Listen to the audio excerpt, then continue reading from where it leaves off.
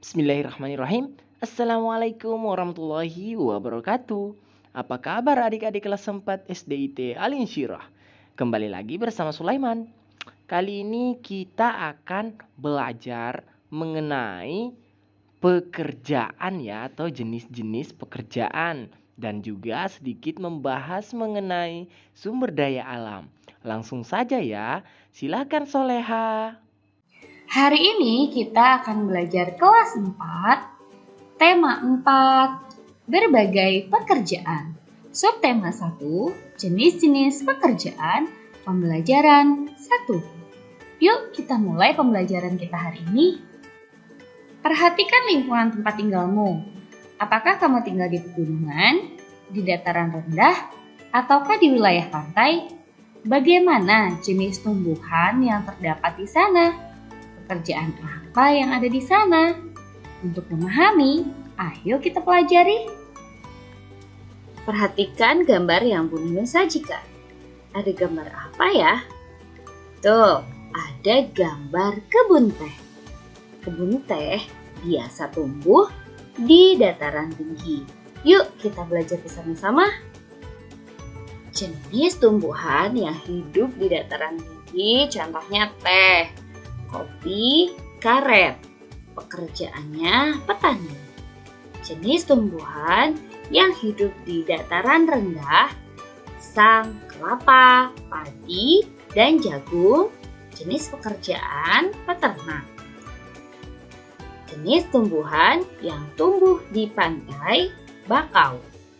Jenis pekerjaan nelayan. Nah, tadi kalian sudah belajar tentang jenis pekerjaan dan jenis tumbuhan yang hidup di dataran rendah, dataran tinggi, serta pantai. Nah, setiap tanaman yang kita konsumsi harus dijaga kelestariannya. Begitu juga tanah yang ditanaminya. Tanaman dan tanah adalah sumber daya alam yang harus kita jaga keberadaannya. Penggunaan yang berlebihan akan merugikan kita.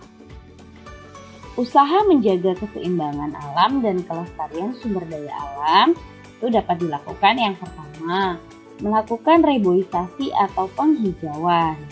Kedua, tidak meninggalkan api saat meninggalkan hutan.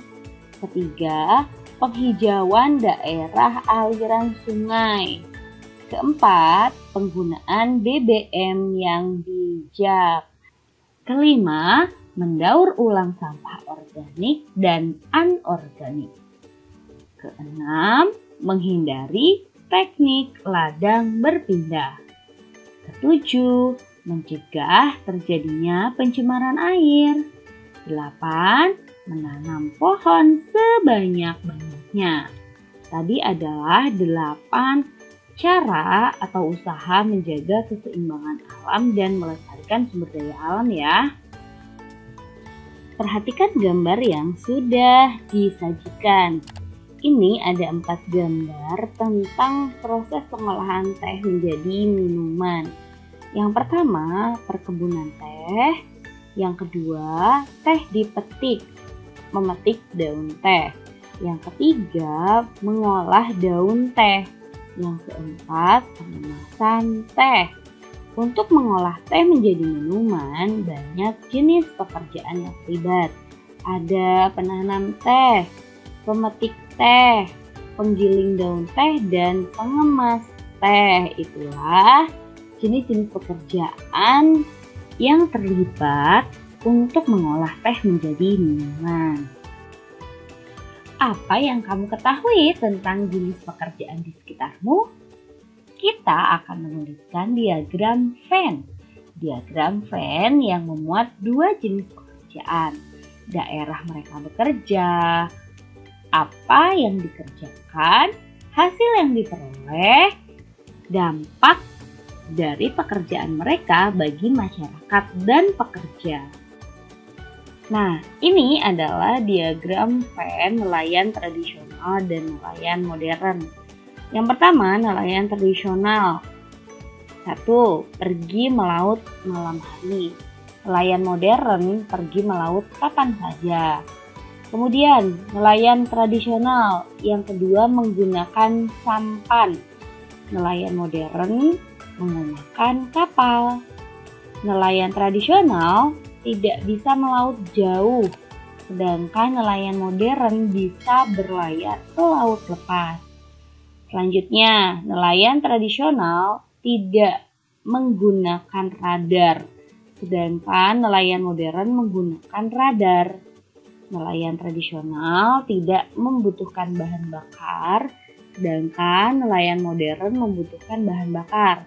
Sedangkan yang di tengah berwarna kuning adalah persamaannya atau hasil yang ditangkap, yaitu menangkap ikan. Kemudian sama-sama menggunakan jaring. Nah, adik-adik, tadi sudah melihat mengenai nelayan. Sekarang kita lihat perbandingan pemanfaatan teknologi tradisional dan modern dalam bertani. Teknologi tradisional. Ciri-ciri bertani dengan teknologi tradisional yaitu menggunakan hewan, cangkul, dan alat-alat tradisional lainnya. Seperti yang ada pada gambar ini ya. Petani menggunakan hewan atau peralatan sederhana untuk membajak sawah. Petani menggunakan tangan serta peralatan sederhana lainnya. Teknologi modern. Ciri-ciri bertani dengan teknologi modern yaitu, nah bisa dilihat pada gambarnya ya. Petani menggunakan mesin traktor untuk membajak sawah.